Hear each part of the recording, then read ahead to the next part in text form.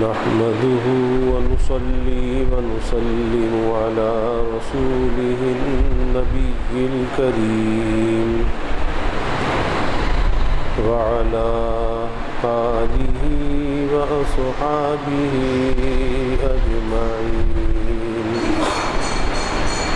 اللهم صل على سيدنا ومولانا محمد وعلى آل سيدنا ومولانا محمد وبارك وسلم صلاة وسلاما كثيرا كثيرا. يا رب صل وسلم دائما أبدا على حبيبك من زانت به العصور. توفیق الہی اپنے مرشد پاک کی برکت سے جمعے کے بعد کی اس نشست میں ہفتے وار حکیم الامت مجدد الملت حضرت تھانوی رحمۃ اللہ علیہ کے ملفوظات کا سلسلہ چل رہا ہے. فرمایا کہ قلب کا دنیا پر قرار ہو جانا، قلب کا، دل کا دنیا پر قرار ہو جانا اور آخرت کے لیے قلب کا بے چین نہ ہونا، یہی جڑ ہے تمام بیماریوں کی. یہی جڑ ہے تمام بیماریوں کی. اس اطمینان کو دل سے نکالو. یہ اطمینان ہے نا کہ دنیا کی حالت پہ قرار ہے اور آخرت کے لیے کوئی بے چینی نہیں، کوئی پریشانی نہیں، تو اس کو دل سے نکالو. جس کا طریقہ یہ ہے کہ خدا تعالیٰ کی طاعت کو اپنے اوپر لازم کر لو. اللہ کی اطاعت وہ بتکلف سے ہی، یعنی ہر کام کی جو ابتدا ہے وہ تکلف کے ساتھ ہوتی ہے، مشقت کے ساتھ ہوتی ہے. شروع میں مشکل نظر آتا ہے، لیکن اس تکلف کی وجہ سے، مشکل کی وجہ سے، مجاہدے کی وجہ سے چھوڑنا نہیں چاہیے، کرتے رہنا چاہیے. اور کرتے کرتے بالآخر سہولت پیدا ہو جاتی ہے، وہ مشکل عمل بھی آسان ہو جاتا ہے. تو خدا تعالیٰ کی طاعت کو اپنے اوپر لازم کر لو، گو بتکلف صحیح. خدا کی طاعت میں اثر خاص ہے، اللہ کی طاعت میں اثر خاص ہے. کیا اثر خاص ہے؟ اس سے فکر پیدا ہوگی، اس سے فکر پیدا ہوگی، اور فکر کے پیدا ہونے سے تمام کام درست ہو جائیں گے. یعنی جب بھی انسان سے کسی غلطی کا اور کسی معصیت کا صدور ہوتا ہے تو اس کا جو سبب ہوتا ہے وہ بے فکری ہوتی ہے. بے فکری، فکر کا دل کے اندر نہ ہونا. اور یہ بے فکری جو ہے بہت سی خرابیوں کا مجموعہ ہے، بہت سی خرابیوں کا. تو اس سے فکر پیدا ہوگی، فکر کے پیدا ہونے سے تمام کام درست ہو جائیں گے. اور ایک بات اپنے اوپر اور لازم کر لو، وہ یہ کہ جو اپنے جی میں آئے فوراً مت کر لیا کرو، بلکہ علماء سے تحقیق کر کے کیا کرو. اگر وہ ناجائز بتلائیں ہرگز اس کام کو مت کرو، اپنے کو علماء کا محتاج سمجھو. اب پہلی بات تو حضرت نے یہاں پر یہ فرمائی کہ قلب کا دنیا پر قرار ہو جانا، یعنی جب یہ دنیا انسان کے دل میں گھستی ہے تو پھر انسان کی ساری کوشش اور کاوش کا جو مرکز اور محور ہے وہ یہ دنیا بن جاتی ہے. ہر وقت اسی دنیا کی فکر ہے، کھانے کی، پینے کی، پہننے کی، رہنے کی، دنیا میں ترقی کرنے کی. اور آخرت کی کوئی فکر نہیں، جبکہ آخرت تو اصلی گھر ہے. یہ دنیا تو پھر عارضی ہے، مسافر خانہ ہے، یہاں سے چھوڑ کر جانا ہے.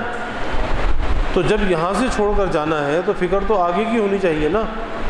پھر اس کا کیا غم ہے، ملے ملے نہ ملے نہ ملے، کوئی فکر کی بات نہیں ہے. یہاں ایسے رہے کہ ویسے رہے، دیکھنا یہ ہے کہ وہاں کیسے رہے. تو اس لیے اس اطمینان کو دل سے نکالنا چاہیے کہ بے چینی اور بے کلی لگی رہنی چاہیے. اور سب سے بڑی بے چینی یہ ہونی چاہیے میرا خاتمہ کیسا ہوگا. اس خاتمے کی کوشش، خاتمہ کیسا ہو؟ اچھا خاتمہ ہو، کہیں برا خاتمہ نہ ہو۔ تو جب دل کے اندر یہ فکر ہوگی، اللہ اچھے اچھے اعمال کی توفیق عطا فرمائے گا اور برے اعمال سے اللہ بچا لے گا۔ ہر ایسے کام سے کہ جس سے خاتمہ خراب ہوتا ہو فوراً اپنی حفاظت کرے۔ تو فرماتے ہیں کہ قلب کا دنیا پر قرار ہو جانا، مطمئن ہو جانا، ہر اطمینان کی حالت۔ حالانکہ مومن جو ہے اطمینان اس کو نہیں ہوتا، مومن کے اندر تو بے چینی بے کلی لگی ہوتی ہے، اور ایمان کا یہ خاصہ ہے، ایمان کا خاصہ ہے اپنی حالت پر اطمینان کا نہ ہونا، بے چینی بے کلی کا لگے رہنا، مطمئن نہ ہونا۔ اور جب تک ایمان کے ساتھ خاتمہ نہ ہو، اس سے پہلے اطمینان کیسا؟ اور ہم میں سے کسی کو معلوم نہیں کہ خاتمہ کیسا ہوگا، تو ابھی سے اپنے بارے میں کوئی فیصلہ کر لے کہ جی ہمارا ایسا ہوگا، ایسا تو نہیں ہو سکتا۔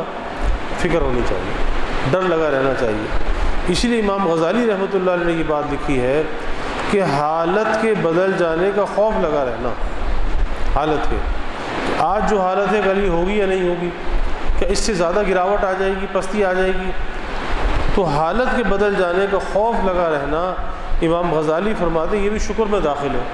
آدمی ڈرتا رہے، لرزتا رہے۔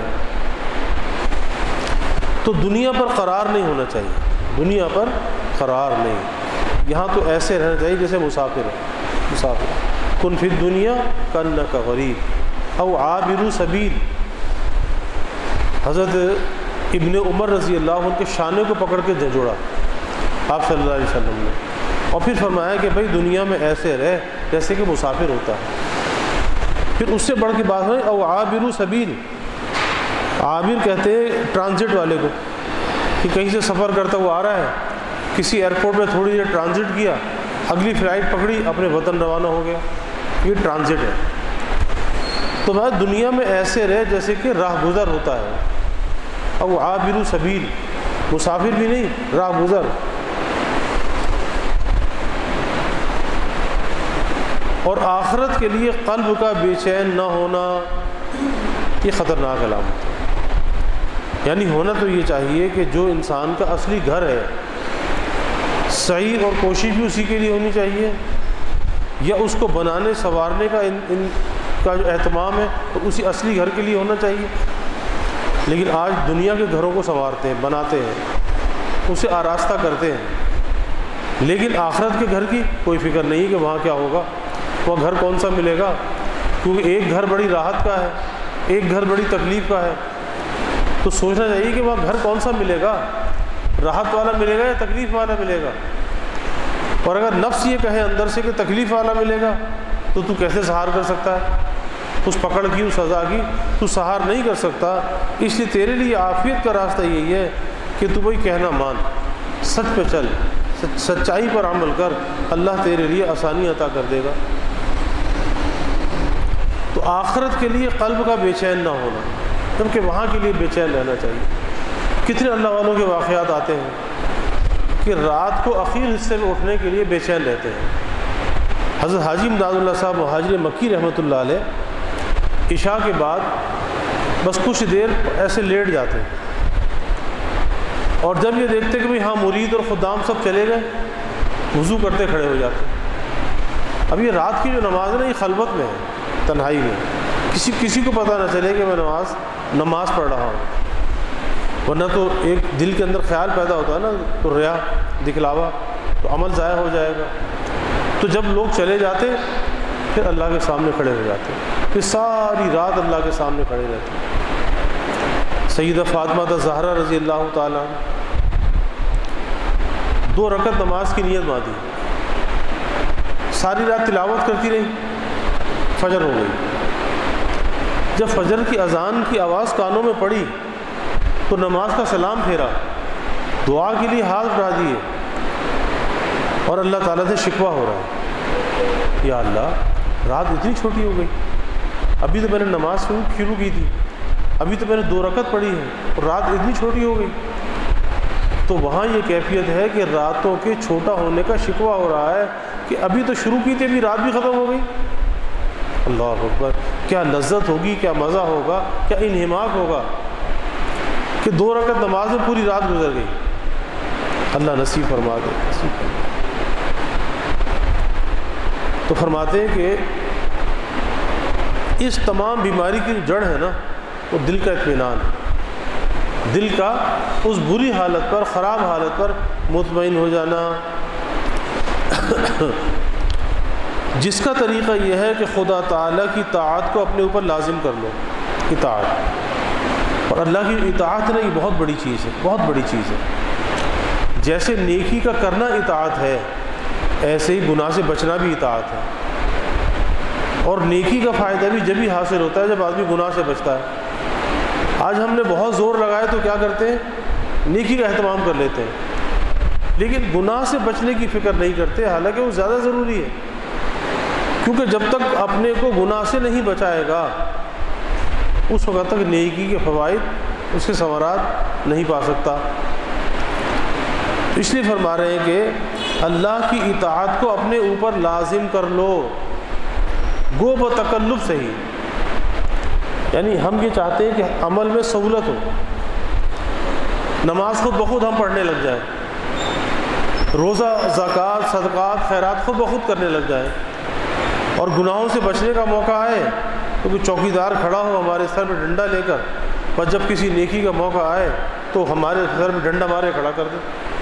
ایسا نہیں ہے، خود فکر پیدا کرنی پڑے گی، اپنے اندر فکر، اور جب فکر ہوتی ہے نا پھر خود بخود آنکھ کھل جاتی ہے، خود بخود کاموں کو چھوڑ دیتا ہے۔ فکر ہے اللہ کے سامنے جانا ہے، اللہ کے سامنے کھڑا ہونا ہے۔ ہمارے شیخ حضرت نواب صاحب رحمۃ اللہ علیہ فرماتے تھے کہ ایک مرتبہ حضرت تھانوی رحمۃ اللہ علیہ کے اجل خلہا میں سے حضرت مولانا ابرار الحق صاحب ہردوئی رحمۃ اللہ علیہ محی السنہ، تو وہ اسلام آباد تشریف لائے حضرت کے پاس، تو فرمانے لگے میں نے حضرت سے یہ پوچھ لیا کہ حضرت رات کو کتنے بجے کا الارم لگا دوں، یعنی رات کو کیا اٹھنے کا معمول ہے، کتنے بجے کا الارم لگا دوں؟ تو حضرت نے فرمایا کہ کیا اب بھی الارم کی ضرورت پڑتی ہے؟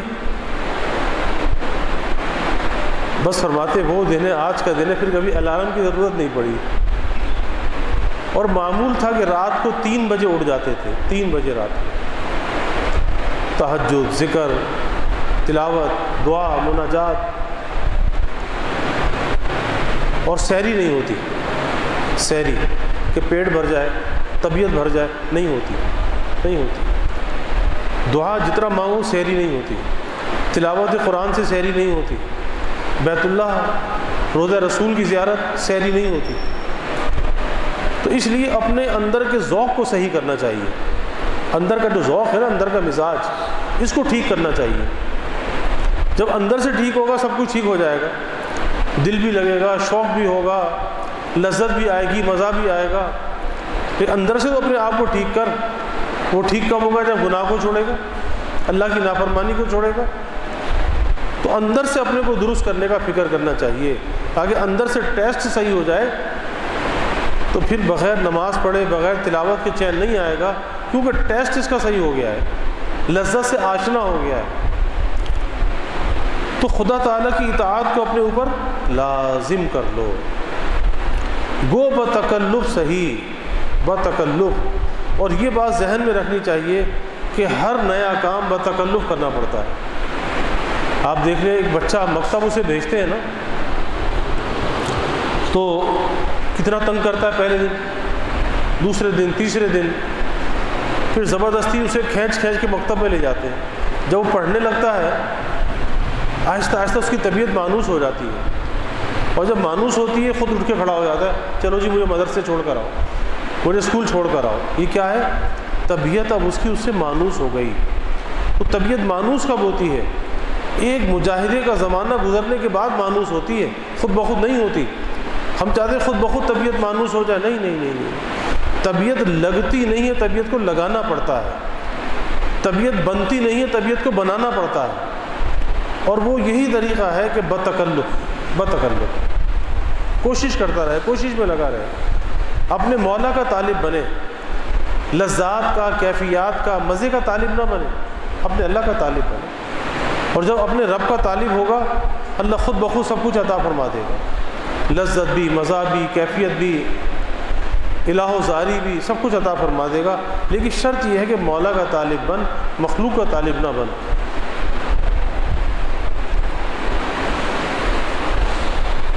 تیسری بات کہ خدا کی اطاعت سے میں اثر خاص ہے، یعنی ہر چیز کی ایک تاثیر ہوتی ہے نا، گرم کی تاثیر ہے، ٹھنڈے کی تاثیر ہے، موسموں کی تاثیر ہے، پھلوں کی تاثیر ہے، تو ہر چیز کی تاثیر ہے۔ اسی طرح سے اللہ تعالیٰ کی جو اطاعت ہے اس میں بھی ایک تاثیر، اثر، تاثیر۔ وہ تاثیر کیا ہے؟ اللہ کی اطاعت جب بتکلف کرتا رہتا ہے تو اندر ایک جلا کی کیفیت پیدا ہوتی ہے، جلا کی کیفیت، اور اس سے کیا ہوتا ہے؟ ایک فکر پیدا ہو جاتی ہے، فکر۔ ہر وقت بے چین رہتا ہے کہ ارے فلاں نماز کا وقت آیا، نماز پڑھنی ہے، اب ظہر کا وقت، عصر کا، مغرب کا، عشاء، فجر، بے چین، نماز پڑھنی ہے۔ یہ کیا ہے کہ اس کی جو فکر ہے نا، اس کو جلا مل گیا، فکر میں جلا آ گیا، صفائی آ گئی، نزت آ گئی، نکھار آ گیا، فکر خالص ہو گئی، بے فکری اندر سے چلی گئی۔ اب بے چین پریشان ہیں، کتنے بیچارے بوڑھے لوگ ہیں رات کو اٹھ کے گھڑی میں ٹائم دیکھتے ہیں کہ بھئی وقت آیا نہیں آیا فجر کا، تہجد کا، ٹائم دیکھتے ہیں، کیا ہے؟ بے چین رہتے ہیں، رات کو نیند نہیں آتی، بس وقت آئے اللہ کے سامنے کھڑے ہو جائیں۔ تو اپنی اندر کی جو حس ہے نا، اس کو نہیں بگاڑنا چاہیے، اندر کی حس کو صحیح رکھنا چاہیے۔ بات خدا تعالیٰ کی اطاعت میں خاص اثر ہے، اس سے دل میں فکر پیدا ہوگی، فکر۔ اور حکیم الامت حضرت تھانوی رحمۃ اللہ علیہ فرماتے تھے کہ یہ جو فکر ہے نا، فکر، اس کی مثال ایسی ہے کہ جیسے گھڑی ہوتی ہے، گھڑی، اس گھڑی میں ایک چھوٹا سا پرزہ ہے، اسے کہتے ہیں بال بیرنگ۔ وہ چھوٹا سا پرزہ ہے تو بہت چھوٹا سا، لیکن ساری گھڑی کو چلا رہا ہے۔ اسی طرح فرماتے ہیں کہ یہ اندر جو فکر صحیح پیدا ہو جائے، اس سارے جسم کو فکر چلاتی ہے، اب یہ کرنا ہے، اب یہ کرنا ہے، اب یہ کرنا ہے، اب یہ کرنا ہے، فکر چلاتی ہے۔ جیسے گھڑی کا وہ بال بیرنگ، ایسے انسان کے اندر یہ فکر ہے، اور اگر وہ پرزہ جام ہو جائے، پوری گھڑی جام ہو جائے گی، نہیں چلے گی۔ تو اپنی فکر کو جو ہے نا، اس کو جلا دینا چاہیے، جلا، نکھار، نزت۔ تو طاعت سے کیا ہوگا؟ فکر پیدا ہوگی، اور فکر پیدا ہونے سے تمام کام درست ہو جائیں گے۔ ہر کام فکر سے ہوتا ہے، بے فکری سے کوئی کام نہیں ہوتا۔ بے فکری سے اگر کوئی صحیح کام بھی کرے گا بگڑ جائے گا، اور فکر کے ساتھ کرے گا بگڑا کام بھی بن جائے گا۔ اور ایک بات، آخری بات یہ ہے، اپنے اوپر لازم کر لو کہ جو جی میں آئے وہ مت کیا کرو، جو جی میں آئے مت کیا کرو۔ علماء سے تحقیق کرو، یہ کام کرنا چاہیے، نہیں کرنا چاہیے۔ علماء کی محبت، ان کی عظمت دل کے اندر ہونی چاہیے۔ سمجھنا چاہیے کہ یہ ہمارے رہبر ہیں، ان کی رہبری کے بغیر ہم زندگی میں کامیاب نہیں ہو سکتے۔ اور آج یہ سوشل میڈیا کا زمانہ ہے نا، آدمی ہر کس و ناکس کو سن رہا ہے، کوئی مرزا ہے، کوئی غامدی ہے، کوئی فلاں ہے، کوئی فلاں ہے، سن رہا ہے۔ اور وہاں سب سے پہلا شکار کرنے کا طریقہ کیا ہے؟ سب سے پہلا طریقہ یہ، علماء کے پاس مت جانا، علماء سے دور کر دو۔ جب علماء سے دور کر دیں گے تو یہ حفاظت کے حصار سے نکل جائے گا، اسے اغوا کرنا آسان ہو جائے گا، پھر وہ اغوا کر لے گا اس کو۔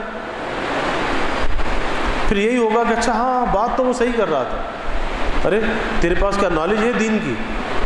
بیسک نالج تیرے پاس نہیں ہے، تو کیسے فیصلہ کر سکتا ہے کہ بات صحیح کر رہا تھا؟ کہ جیسے وہ عطائی حکیم ہوتے ہیں نا، عطائی، تو کسی ایک مریض کو فائدہ ہو گیا تکے سے، 10 مریضوں کی جان لے لی اس نے، تو کہا نہیں فلاں مریض صحیح ہو گیا تھا، یہ تو دیکھو کہ جان کتنوں کی لے چکا ہے۔ تو ایسے یہ لوگ ہیں کہ یہ لوگوں کے ایمان کو لے رہے ہیں، یہ لوگوں کے ایمان کو لے رہے ہیں۔ اس لیے ایسوں کو نہیں دیکھنا چاہیے، نہیں سننا چاہیے۔ علماء ربانیین، ان کے پاس جاؤ، اور وہ اللہ کا شکر ہے موجود ہے، قدم قدم پہ موجود ہے۔ اور کوئی فیس بھی نہیں لیتے فی سبیل اللہ، خلوص کے ساتھ آپ کی خدمت کرتے ہیں، کوئی معاوضہ طلب نہیں کرتے۔ کسی ڈاکٹر کے پاس جاؤ پہلے فیس دینی پڑتی ہے، کسی وکیل کے پاس جاؤ مشورے کی فیس دینی پڑتی ہے، کسی انجینئر کے پاس جاؤ کچا نقشہ بنانے کے ہی پیسے لے لیتا ہے، اور یہ بیچارے اللہ کے بھروسے پر اللہ کی مخلوق کی خدمت کر رہے ہیں۔ تو قدر کرنی چاہیے۔ اس لیے حضرت فرما رہے ہیں کہ جو جی میں آئے فوراً مت کرو، اس جی کو کس کے تابع کرو؟ اس کو شریعت کے تابع کرو۔ شریعت کی رہنمائی کہاں سے ملے گی؟ علماء سے ملے گی۔ یہ نہیں جو میرے جی میں آیا میں نے کر لیا، ارے پہلے پوچھ صحیح بھی ہے یا نہیں ہے، کرنا چاہیے نہیں کرنا چاہیے؟ علماء۔ اس لیے ہمیشہ اپنے کو علماء کا محتاج سمجھنا چاہیے، کبھی علماء سے مستغنی اپنے کو نہیں سمجھنا چاہیے، اور اگر سمجھا وہی دن بربادی کا دن ہے، تباہی کا دن ہے۔ تو علماء سے تحقیق کرو، اور جب آدمی علماء سے سوال کرے نا تو پھر دل دماغ میں یہ بات بھی ہونی چاہیے کہ اگر انہوں نے کہا کہ یہ کام ٹھیک نہیں ہے میں نہیں کروں گا۔ یہ نہیں خالی پوچھ تو لیا، جیسے حضرت تھانوی رحمۃ اللہ علیہ فرماتے تھے کہ بہت سے لوگ میراث کا حصہ نکلوانے آتے ہیں، پھر پوچھتے کہ مولوی صاحب ہمارا کتنا ہے؟ تو بعض ایسے ہوتے ہیں ان کا حصہ ہی نہیں ہوتا، بعض کا بہت تھوڑا سا ہوتا ہے۔ بھائی تمہارا حصہ تو اس میں نہیں ہے، تم تو اس کے ورثہ میں نہیں آتے، اچھا پھر چھوڑو ضرورت نہیں ہے، پھر نہیں نکالو۔ اور اگر کہا کہ تمہارا حصہ بہت معمولی سا ہے تو چھوڑ کے چلے جاتے ہیں، وہ سوال جواب لے کے بھی نہیں جاتے۔ تو علماء کے پاس جب آدمی جائے اس ذہن کے ساتھ جائے، کھلے ذہن کے ساتھ، اگر انہوں نے کہا کہ یہ چیز ٹھیک نہیں میں نہیں کروں گا، چاہے مجھے کتنا ہی فائدہ اس کے اندر نظر آتا ہو، نہیں کرنا۔ کیوں؟ اللہ سے ناراض ہوگا، اللہ کو ناراض نہیں کرنا، اللہ کو راضی کرنا ہے۔